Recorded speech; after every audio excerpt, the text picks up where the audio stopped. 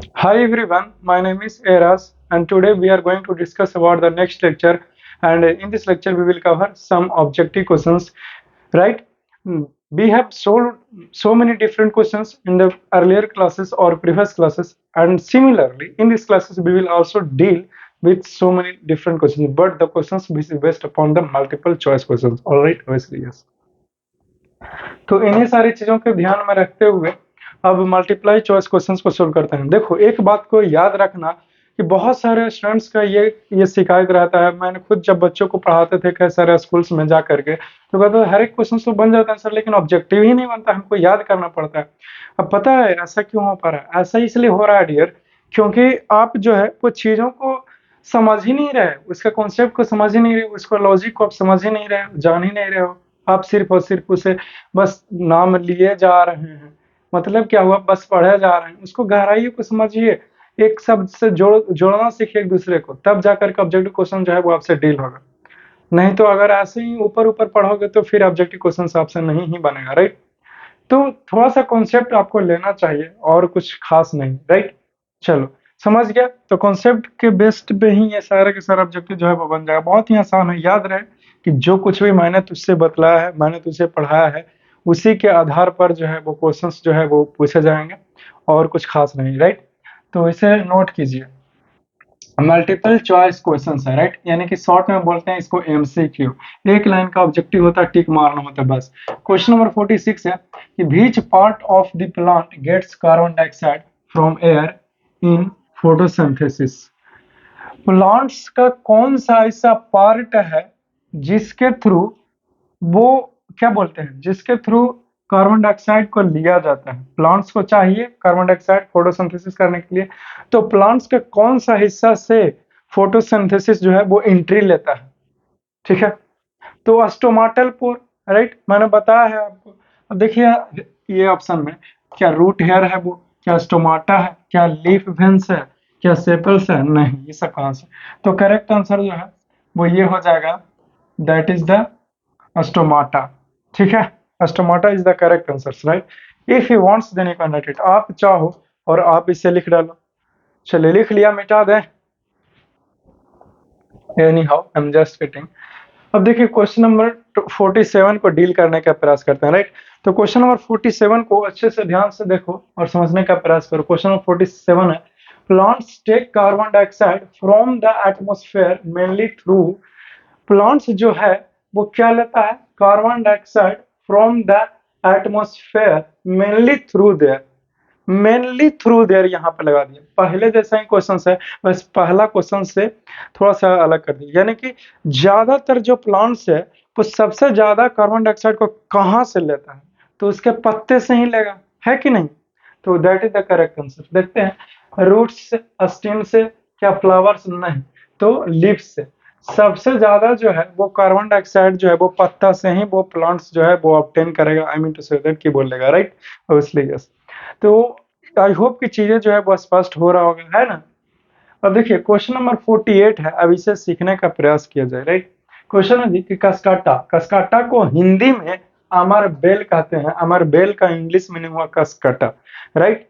जो कि एक पैरासाइटिक न्यूट्रिशन करता है ये Cuscuta. Is an example of parasite, right? देखते हैं कि अब कस्काटा यानी कि अमर बेल जो है वो क्या ऑटोट्रॉफ है, यानी कि खुद से वो भोजन बनाता है, या फिर पैरासाइट है कि आधारित रहता है किसी पे? सेप्रोट्रॉफ है, क्या सड़ा गलन से खाता है, कि होस्ट यानी कि दूसरे के बॉडी में रह करके? कुछ इस प्रकार से ऑप्शन है, तो पैरासाइट है। ये क्या है? ये पैरासाइट है, ये कस्काटा, राइट? तो parasite is the correct answer. तो आप लोग पैरासाइट में इसे टिक आउट जरूर कर लेना, इसे एक बार देख लो, राइट? चलिए जी, वेरी गुड। देखिए क्वेश्चन नंबर 49 क्वेश्चंस की मैं प्रैक्टिस करता हूँ, राइट? क्वेश्चन है कि the plant which traps and feeds on insect is.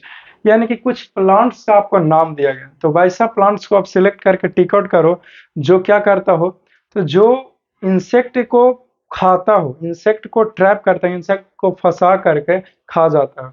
तो ऐसा प्लांट्स को जो है वो नाम बताओ, राइट? क्या कस्काटा प्लांट है, क्या चाइना रोज प्लांट है, क्या पीचर प्लांट है, क्या रोज प्लांट है? तो मैंने आपको बताया था that is the pitcher plant, ठीक है? पिचर प्लांट ही ऐसा करता है, राइट। समझ गया ना। तो इसको याद रखिएगा, हर एक जो यहाँ पे मल्टीपल चॉइस क्वेश्चन तुम सोल्व कर रहे हो, ये हायर लेवल क्लासेस के लिए बहुत ही ज्यादा इंपॉर्टेंट रहने वाला है, राइट। इसीलिए इसको जरूर से एक बार ध्यान में रखना, मध्य में रखना दिमाग में, राइट। अब देखो क्वेश्चन नंबर 50 है कि when dilute iodine solution is poured over a decolourised leaf, a blue black color is produced. This shows that green color contains.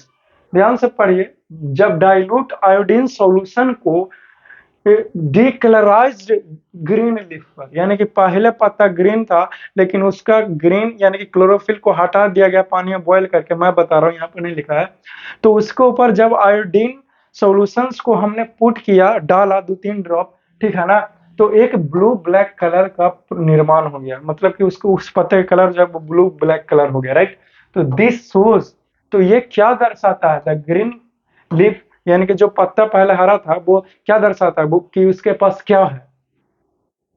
तो मैंने बताया है, आपको पढ़ाया है कि अगर स्टार्च वो बनाया है पत्ते में, स्टार्च की मात्रा होगी तो वो ब्लू ब्लैक कलर हो जाता है, और अगर स्टार्च नहीं प्रेजेंट रहेगा तो ब्लू ब्लैक कलर नहीं होता, क्योंकि आयोडीन सोल्यूशन जो है वो अपना इफेक्ट दिखाता है तब जब स्टार्च होता है, तो स्टार्च रहता है तो ब्लू ब्लैक कलर, स्टार्च नहीं तो no blue black colour, right. तो समझ गया होगा, आई होप कि तुझे चीजें जो है वो स्पष्ट से समझ में आ रहा होगा, राइट।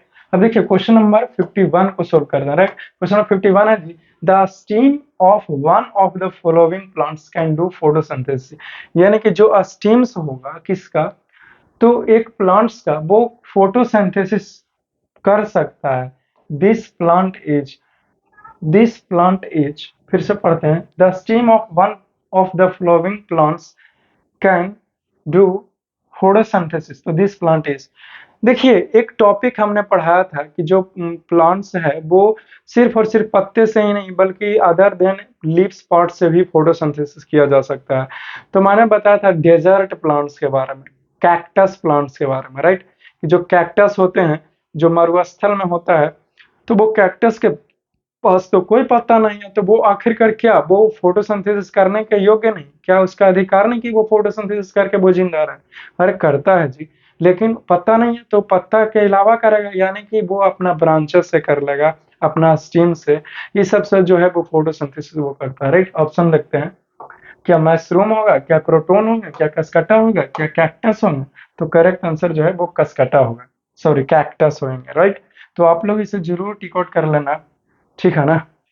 चलिए, if you wants then you can write it, आप चाहो और आप इसे लिख डालो। चलिए, वेरी गुड, वेरी नाइस। अब देखिए क्वेश्चन नंबर 52 को समझने का प्रयास करते हैं, राइट। क्वेश्चन नंबर 52 है डियर कि which of the following plant has a heterotrophic mode of nutrition, यानी कि निम्नलिखित में से कौन सा ऐसा प्लांट है जो हेटेरोट्रॉपिक न्यूट्रिशन करता है, यानी कि खुद से वो भोजन ना बना करके किसी और के भोजन को हथियाता है। तो ऐसा कौन सा प्लांट है जो कर सकता है, क्या मनी प्लांट करेगा, क्या क्रोटोन प्लांट करेंगे, क्या कैस्काटा प्लांट करेगा, या फिर एल्गा प्लांट। तो एल्गा जो है यानी कि एल्गी जो है वो खुद से फोटोसिंथेसिस कर सकता है, क्रोटोन प्लांट भी कर सकता है, मनी प्लांट का तो क्या ही कहना, वो तो जानते ही हो, राइट। और लेकिन कस्कटा प्लांट जो है वो ये नहीं कर सकता, अमर बेल जो है वो नहीं कर सकता। करेक्ट आंसर जो है वो कस्कटा होगा। पूछा कि कौन heterotrophic mode of nutrition, which of the following has a heterotrophic mode of nutrition, कौन हेटेरोट्रॉपिक मोड ऑफ न्यूट्रिशन करता है, तो कस्कटा प्लांट जो है वो हेटेरोट्रॉपिक मोड ऑफ न्यूट्रिशन करते हैं, राइट। तो समझ गया ना, तो इसे आप लोग लिख लो, और हाँ इसे याद भी जरूर कीजिएगा, अपने कॉपी में जरूर लिखना। अब देखिए क्वेश्चन नंबर 53 को समझने का प्रयास करते हैं जी, राइट। क्वेश्चन नंबर 53 है कि one of the following is not a parasite, this one is, यानी कि निम्नलिखित में से कोई एक है जो पैरासाइट नहीं है, तो वो एक कौन हो सकता है, राइट। ऑप्शन ए में क्या लाइस है, क्या लीक है, इसे कोई कोई लीक भी पढ़ते हैं और कोई कोई लीच भी पढ़ते हैं, तो आप हमेशा ना लीक पढ़िए ना लीच पढ़िए, लीक पढ़िए, लीक, ठीक है। एल्गा कैस्काटा कौन होगा, तो एल्गा होगा करेक्ट आंसर, समझ गया ना। Is not a parasite, parasite कौन नहीं है, तो एल्गा नहीं है, बाकी सब तो वही हाल है, बुरा हाल है, कैस्काटा का तो क्या ही कहना है ना। चलो आगे बढ़ सकते हैं, वेरी गुड। अब देखिए क्वेश्चन नंबर 54 को समझने का प्रयास किया जाए। राइट, क्वेश्चन है कि which of the following are not present in an animal cell, यानी कि निम्नलिखित में से कौन सा ऐसा चीज है जो एनिमल सेल में उपस्थित प्रेजेंट नहीं होता है। राइट, क्या माइटोकॉन्ड्रिया एनिमल सेल में नहीं होता है? क्या साइटोप्लाज्म एनिमल सेल में नहीं होता है? क्या क्लोरोप्लास्ट एनिमल सेल में नहीं होता है? या फिर लार्ज वैक्यूल एनिमल सेल में नहीं होता है? तो लार्ज वैक्यूल जो है वो एनिमल सेल में नहीं होता है, और क्लोरोप्लास्ट कहाँ से आ जाएगा एनिमल सेल में जी? क्योंकि क्लोरोफिल तो प्लांट के पास नहीं होता है। राइट, तो क्लोरोफिल क्लोरोप्लास्ट में होता है। ठीक है, और क्लोरोफिल किसके पास होता है? प्लांट्स के पास, और क्लोरोप्लास्ट भी प्लांट्स के पास ही होते हैं। तो सी, क्लोरोप्लास्ट एनिमल सेल में नहीं होता है, और लार्ज वैक्यूल बड़े बड़े वैक्यूल भी जानवरों में नहीं होता, क्योंकि इसका क्या काम है? कोई काम नहीं है। ठीक है, छोटा वैक्यूल्स होते हैं। क्या A and B correct option है? क्या माइटोकॉन्ड्रिया और साइटोप्लाज्म एनिमल सेल में नहीं होता है? होता है। तो क्या बी और सी होगा? क्या साइटोप्लाज्म एनिमल सेल में नहीं होता है और क्लोरोप्लास्ट नहीं होता? साइटोप्लाज्म होता है लेकिन क्लोरोप्लास्ट नहीं होता है। राइट, क्या ए एंड सी होंगे? सी में क्लोरोप्लास्ट नहीं होता, ये तो ठीक है, लेकिन ए में माइटोकॉन्ड्रिया है, तो माइटोकॉन्ड्रिया तो power house of the cell ही कैसे नहीं रहेगा, ये तो रहबे करता है। राइट, तो क्या सी एंड डी होगा? क्या क्लोरोप्लास्ट एनिमल सेल में नहीं होता है और लार्ज वैक्यूल भी नहीं होता है? तो हाँ, नहीं होता है। तो इसीलिए करेक्ट आंसर जो है वो ऑप्शन नंबर डी ही होएगा आपका। राइट, तो इसे एक बार नोट डाउन कर लीजिए। मैं आपके स्क्रीन के साइड हट गया हूँ ताकि आप अच्छे तरीके से ये सभी सभी चीजों के बारे में आप नोट डाउन कर सकते हो। राइट, चलो लिख लिया होगा। किसी कोई दिक्कत है, कोई समस्या, कोई प्रॉब्लम है तो बोलेगा अभी, नहीं ना? आगे बढ़ सकते हैं ना? चलिए, वेरी गुड, वेरी नाइस।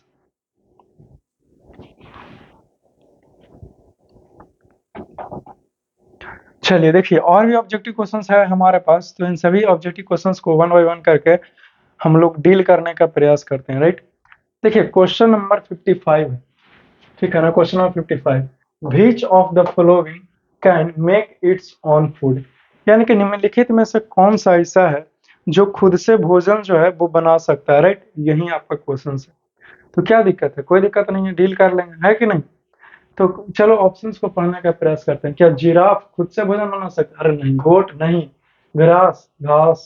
चलो और पढ़, गोरिल्ला, गोरिल्ला कहाँ से? जानवर का नाम है। यानी कि घास जो है वो ऑटोट्रॉपिक मोड ऑफ न्यूट्रिशन करेगा। दैट मीन्स कि ग्रास जो है वो खुद से भोजन बना सकता है। राइट, किसी को दिक्कत, कोई समस्या हो तो यही बोलेगा। तो ये आपको कंप्लीट होता है। If you wants then you can write it, आप चाहो और आप इसे लिख डालो। ठीक है, लिख लिया, वेरी गुड। अब देखिए क्वेश्चन नंबर 56 को डील करने का प्रयास करते हैं। क्वेश्चन नंबर 56 को समझा जाए। राइट, क्वेश्चन है जी कि one of the following is an autotroph, this one is, यानी कि निम्नलिखित में से कोई एक जो है वो ऑटोट्रॉप है, और वो कौन है, ये प्रश्न है। ए में क्या एलिगेटर हो जाएगा? ये तो एक प्रकार का जानवर। क्या एल्गी हो जाएगा? क्या एंटीलोप हो जाएगा? क्या एंट हो जाएगा? नहीं, एंटीलोप का तो चर्चा ही नहीं था। एलिगेटर का तो क्या ही कहना बचा। कौन? एल्गी। एल्गी के पास ग्रीन क्लोरोफिल है, इसीलिए वो फोटोसिंथेसिस कर सकता है। तो एल्गी जो है वो ऑटोट्रॉपिक मोड ऑफ न्यूट्रिशन करता है, क्योंकि वो फोटोसिंथेसिस कर सकता है। राइट, तो करेक्ट आंसर जो है वो कौन हो जाएगा? तो algae is the correct option. Right, तो समझ गया ना?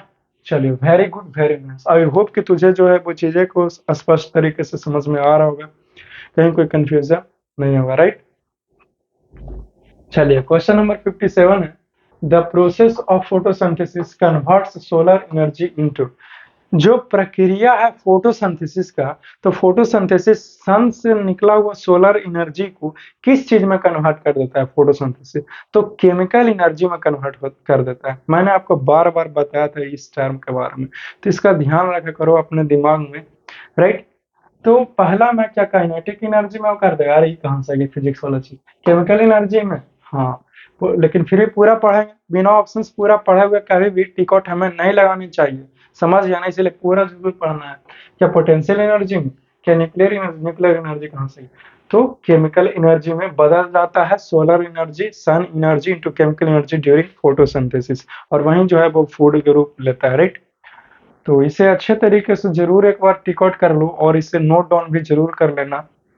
राइट, अब देखिए क्वेश्चन नंबर 58 है। क्वेश्चन नंबर 58 को समझने का प्रयास किया जाए। राइट, क्वेश्चन है which of the following plants is an example of autotroph, यानी कि निम्नलिखित में ऐसा कौन सा प्लांट है जो ऑटोट्रॉप, जो क्या है, जो ऑटोट्रॉप है। ऑटोट्रॉप का एग्जांपल कौन है?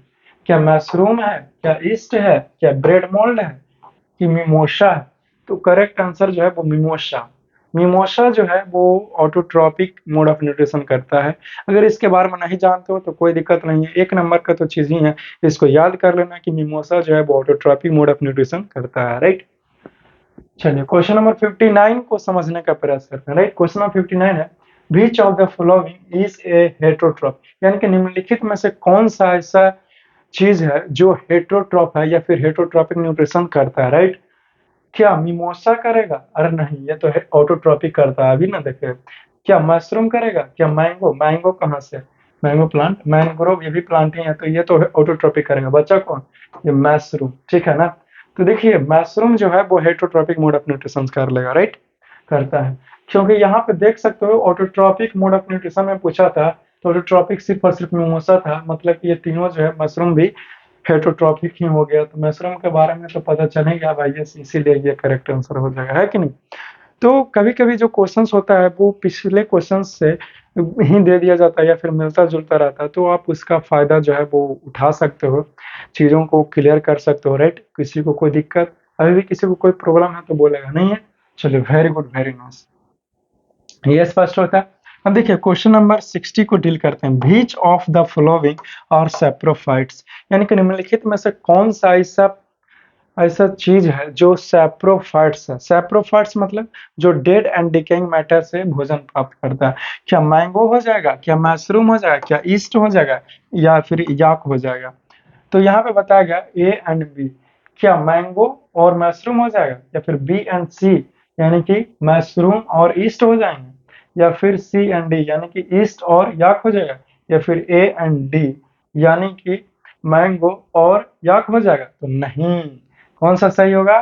तो बी एंड सी। क्यों? क्योंकि मशरूम और ईस्ट जो है वो सैप्रोफाइट्स हैं, क्योंकि वो सैप्रोफाइटिक न्यूट्रिशन करता है, क्योंकि वो dead and decaying organic matter को से ही भोजन को वो प्राप्त करता है। राइट, तो इस चीज को ख्याल रखिए और इस चीज को समझने का प्रयास करो। राइट, किसी को कोई दिक्कत हो रहा है इतना में, किसी को कोई प्रॉब्लम है नहीं ना, बहुत आसान था, इसमें क्या प्रॉब्लम होगा। देखिए क्वेश्चन नंबर 61 को डील करते हैं। क्वेश्चन नंबर 61 है जी, the green insectivorous plants trap insects. जो एक ग्रीन इंसेक्टिवोरस प्लांट है, इंसेक्टिवोरस प्लांट मतलब इंसेक्ट को खाने वाला प्लांट, ठीक है, जो ट्रैप कर लेता है, इंसेक्ट को फंसा लेता है, किल देम मार देता है, और डाइजेस्ट देम उसको पचा भी लेता है, टू ऑब्टेन मेनली, किस लिए, किस लिए, किस चीज को प्राप्ति करने के लिए ऐसा हुआ, मुख्य रूप से किस चीज को प्राप्ति करने के लिए ऐसा कार्य किया गया है इंसेक्टिवोरस प्लांट्स के द्वारा? क्या ग्लूकोज को, क्या स्टार्च को, क्या नाइट्रोजन को, क्या ऑक्सीजन को? तो नाइट्रोजन को, ठीक है, क्योंकि प्रोटीन्स चाहिए उसे, ठीक है ना। तो नाइट्रोजन जो है वो कुछ इसी प्रकार से प्राप्त करता है। तो इस चीज को भी बहुत ही बड़ा चीज था ये, तो ये जो है वो वीवीआई कर लेना ये वाला, क्योंकि ये इंपॉर्टेंट कुछ ज्यादा ही है ऑब्जेक्टिव्स, ठीक है।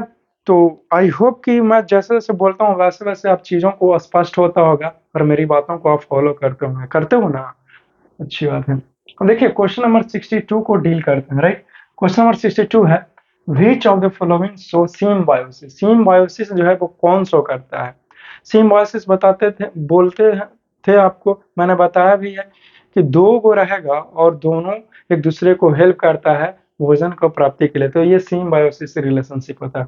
क्या एल्गा एंड फंगस होंगे, क्या एल्गा एंड फिश होगा, क्या राइजोमियम एंड पी प्लांट होगा, राइजोमियम एंड मनी प्लांट होगा, क्या ए, और अब ऑप्शन शुरू होता है, ये नाम कुछ दिया, क्या ए एंड बी करेक्ट है, यानी कि एल्गा एंड फंगस और एल्गा एंड फिश, फिश कहाँ से, राइजोमियम एंड पी प्लांट, क्योंकि in the root nodules of pea plant there is rhizobium, तो दोनों एक दूसरे को हेल्प करता है, और एल्गा और एंड फंगस लाइकेंस के एग्जांपल्स भूल गया। क्या बी एंड सी, लेकिन फिर भी पूरा देखते हैं, क्या बी एंड सी है करेक्ट जी? देखते हैं बी में क्या है, एलिगेंट फिश कहाँ से ये आ गया, ए एंड सी, क्या ए एंड सी होगा? यानी कि एल्गा एंड फंगस तो ठीक है, और सी में, हाँ ये ठीक है, लेकिन फिर भी पूरा देखते हैं क्या सी एंड डी होगा, यानी कि राइजोमियम एंड पी प्लांट और राइजोमियम एंड मनी प्लांट कहाँ से आ गया। तो करेक्ट आंसर जो है वो ए एंड सी होगा। ए में है एल्गा एंड फंगस, जो लाइकेंस का एग्जांपल है, सिम्बायोसिस और राइजोमियम एंड पी प्लांट, ये दोनों भी एक दूसरे को हेल्प करता है। राइट, राइजोमियम जो है वो इसको नाइट्रोजन कंपाउंड दे देता है, और नाइट्रोजन गैस की प्राप्ति राइजोमियम को हो जाता है कि नहीं, समझ गए। तो इस तरीके से दोनों ने एक दूसरे को हेल्प किया, तो यहाँ पे सिम्बायोसिस रिलेशनशिप का नाम देते हैं। राइट, तो इतनी सारी चीजों को आप नोट डाउन जरूर कर लेना अपने कॉपी में। राइट, अब देखो क्वेश्चन नंबर 63 को समझने का प्रयास करते हैं। राइट, क्वेश्चन नंबर 63 है the minerals needed by plants to make proteins is, वैसा मिनरल्स जो प्लांट्स को चाहिए प्रोटीन्स बनाने के लिए, वो मिनरल्स कौन है, ये पूछा है। क्या वो नियोन है, क्या वो आयोडीन है, क्या वो नाइट्रोजन है, क्या वो कैल्शियम है। तो नाइट्रोजन, क्योंकि नाइट्रोजन से ये प्रोटीन्स वगैरह इस सब का निर्माण होता है। राइट, समझ गया ना। किसी कोई समस्या कोई दिक्कत है तो बोलेगा।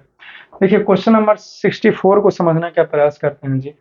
राइट, क्वेश्चन नंबर 64 है द ट्यूब्स और pipes which transport water and dissolved minerals, वैसा ट्यूब जो वाटर को ट्रांसपोर्ट करता है और मिनरल्स को डिजॉल्व करता है फ्रॉम सॉइल, मिट्टी से लीव्स तक, पत्ते तक, ऑफ ए प्लांट, प्लांट का, और कॉल्ड, उसको क्या बोलते हैं, तो जाइलम बोलते हैं। ठीक है, क्या जाइलम होगा, क्या फ्लोएम होगा, एपिडर्मिस होगा, स्टोमाटा होगा, नहीं स्टोमाटा से तो गैस एक्सचेंज, एपिडर्मिस तो ऊपर में हार्ड लेयर, फ्लोएम जो है वो फूड के लिए, जाइलम, जाइलम एक ऐसा वेसल्स है प्लांट्स में जो वाटर को ट्रांसपोर्ट करता है, हर एक पार्ट्स में पहुंचाता है प्लांट्स के।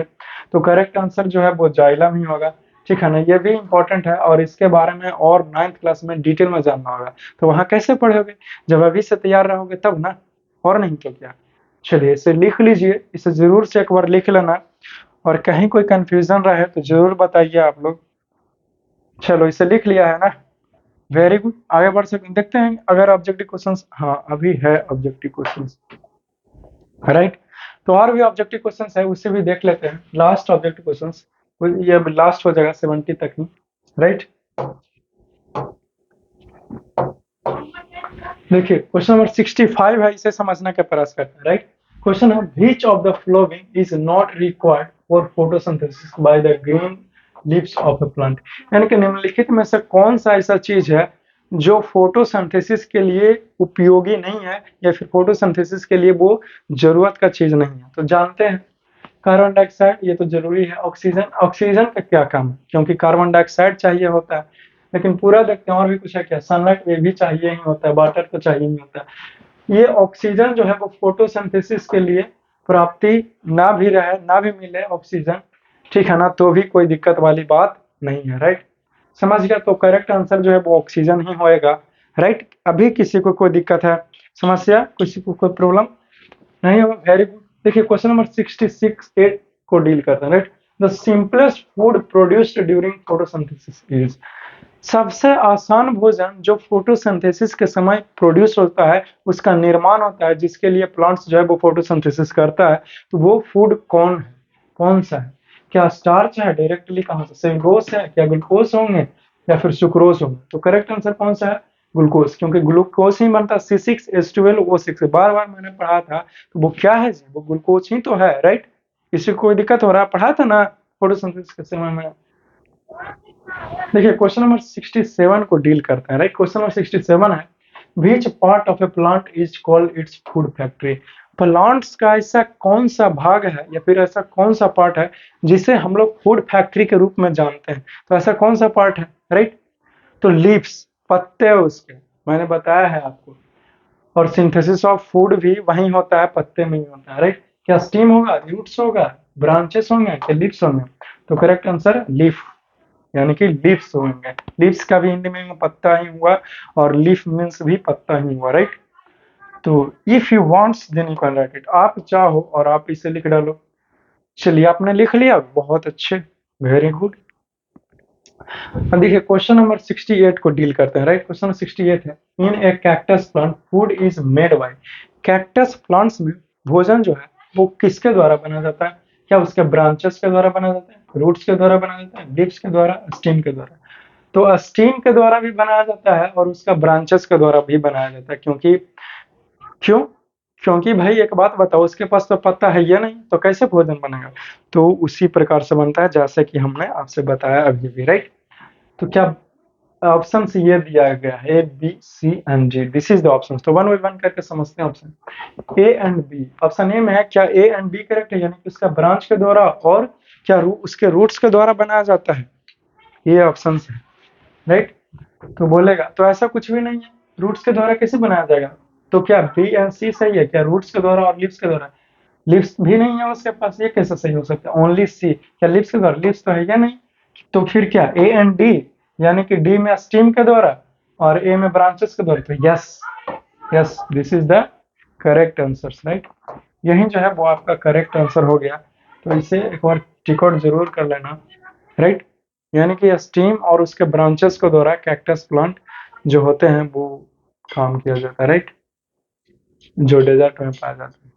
तो इसे लिख लेना जरूर से। तो देखिए क्वेश्चन नंबर 69 को डील करते हैं। Which of the following gas is given out during photosynthesis, यानी कि फोटोसिंथेसिस के समय दौरान कौन सा गैस जो है वो गिवन आउट यानी कि प्रोड्यूस होता है। तो मैंने बताया था कि कार्बन डाइऑक्साइड जो है वो फोटोसिंथेसिस के समय लिया जाता है और गैस के रूप में ऑक्सीजन को रिलीज किया जाता है। इसीलिए आप बोलते हो कि गैस ऑक्सीजन गैस देता है दिन में। क्यों? क्योंकि वो भोजन बना रहा होता है दिन में, क्योंकि दिन में ना सूर्य के प्रकाश होता है, इसीलिए, राइट। तो पूरा ऑप्शंस को पढ़ते हैं। क्या नाइट्रोजन गैस होगा, क्या कार्बन डाइऑक्साइड होगा, क्या ऑक्सीजन होंगे, या फिर वाटर वेपर? वाटर वेपर कहाँ से आ गया? तो करेक्ट आंसर जो है वो ऑक्सीजन, ठीक है। फोटोसिंथेसिस के समय बेस्ट मटेरियल्स के रूप में ऑक्सीजन को ही रिलीज किया जाता है, समझ गया ना। चलिए अब क्वेश्चन नंबर 70 को डील किया जाए। क्वेश्चन नंबर 70 है जी, the carnivorous plants usually have one of the following special organ.